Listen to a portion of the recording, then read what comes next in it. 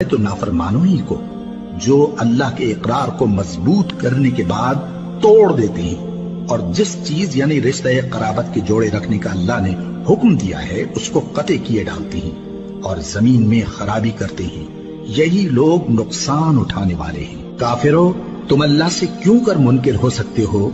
जिस हाल में कि तुम बेजान थे तो उसने तुमको जान बख्शी, फिर वही तुमको मारता है, फिर वही तुमको जिंदा करेगा, फिर तुम उसी की तरफ लौटाए जाओगे।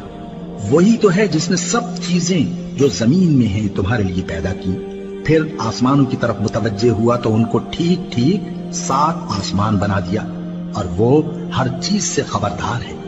और वो वक्त याद करने के काबिल है जब तुम्हारे परवरदिगार ने फरिश्तों से फरमाया कि मैं जमीन में अपना नाइब बनाने वाला हूं।